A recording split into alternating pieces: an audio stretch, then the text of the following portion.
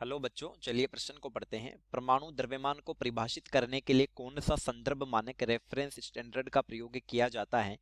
ए दिया है hydrogen 1, B दिया है C12, C13 या फिर डी C14। तो चलिए प्रश्न की मुख्य अवधारणा पे बात करते हैं। मुख्य अवधारणा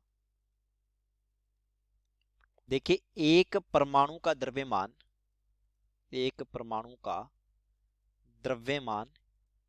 ये कहलाता है परमाणु द्रव्यमान, एटॉमिक मास कहलाता है और इसकी इकाई होती है एमयू,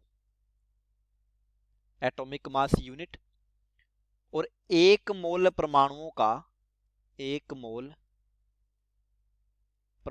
का द्रव्यमान ये होता है परमाणु भार, एटॉमिक वेट होता है ये एटॉमिक वेट, और ये होता है ग्राम में।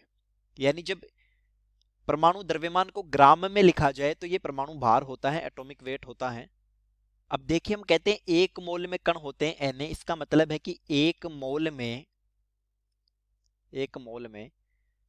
कण जो होते हैं वो कार्बन 12 के 12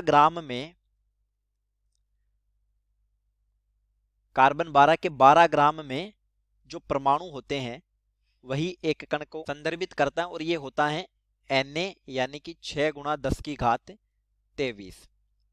अब देखिए, द्रव्यमान को मापित इकाई जो 1 mu है उसका मतलब होता है 1/12 ऑफ कार्बन 12, यानी कार्बन 12 का 12वां भाग। इसका मतलब ये हुआ कि एक कार्बन परमाणु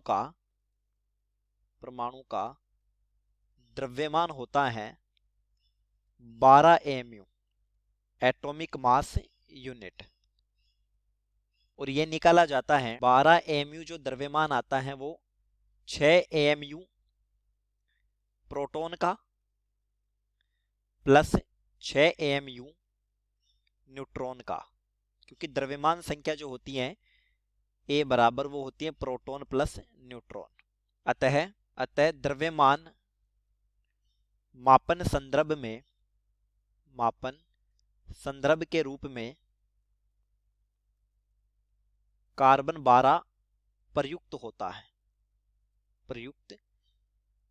है। बी विकल्प हमारे प्रश्न का सही उत्तर होता है, उत्तर बी। चलिए, उम्मीद करता हूं प्रश्न समझ आया होगा। धन्यवाद।